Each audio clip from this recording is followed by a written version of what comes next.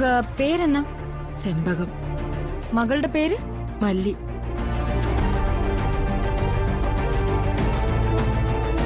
നിങ്ങളുടെ മകളെ കാണാതായി എന്ന് പറയുന്നത് സത്യമല്ലേ? ആമാ, നിജന്താ.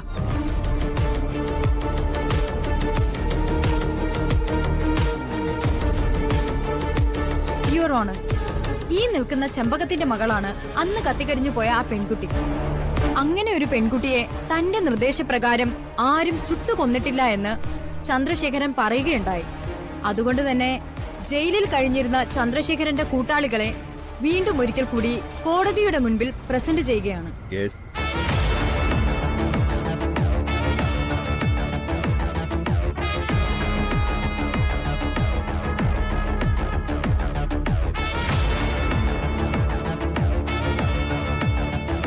ചന്ദ്രശേഖരൻ കോടതിയിൽ പറഞ്ഞത് നിങ്ങളെ ഒരു കർത്തവ്യവും അദ്ദേഹം ഏൽപ്പിച്ചിട്ടില്ല എന്നാണ്. അതിന്റെ അർത്ഥം നിങ്ങൾ നടത്തിയ കൊലപാതകം നിങ്ങളുടെ സ്വന്തം ഇഷ്ടപ്രകാരം നടത്തിയതെന്നാണ്, അല്ലേ?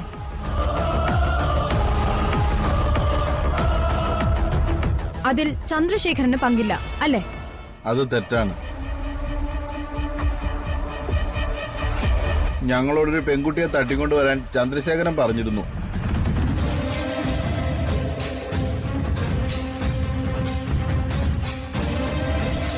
ഞങ്ങൾ അങ്ങനെ ചെയ്തിട്ട് ആ പെൺകുട്ടിയെ കൊണ്ടുവന്ന് പൂട്ടിയിടുകയും ചെയ്തു.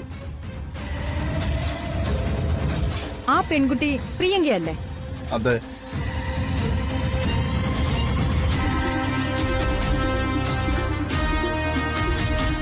അന്നവിടെ ചന്ദ്രശേഖരന്റെ നിർദ്ദേശപ്രകാരം ഒരു പെൺകുട്ടിയെ ചുട്ടെരിച്ചു കൊന്നത് സത്യമല്ലേ?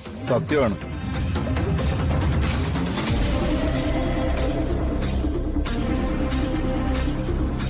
അത് നിങ്ങൾ പൂട്ടിയിട്ടു എന്ന് പറയുന്ന പ്രിയങ്കയല്ലോ?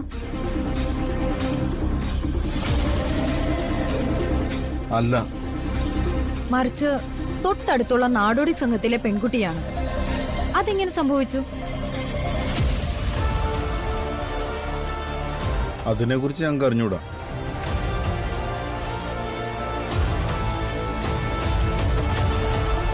യുവർ ഓണർ, പ്രിയങ്ക ജീവനോടെ തിരിച്ചെത്തിയെങ്കിലും ചന്ദ്രശേഖരന്റെ പേരിലുള്ള കൊലപാതക കുറ്റം ഇപ്പോഴും തെളിയിക്കുന്നതാണ് ഇവരുടെ വാക്ക്. നാടോടിയായ ഒരമ്മ സ്വന്തം മകളുടെ മരണത്തിന് നീതി തേടിയാണ് ഇപ്പൊ ഈ കോടതിയുടെ മുമ്പിൽ നിൽക്കുന്നത്.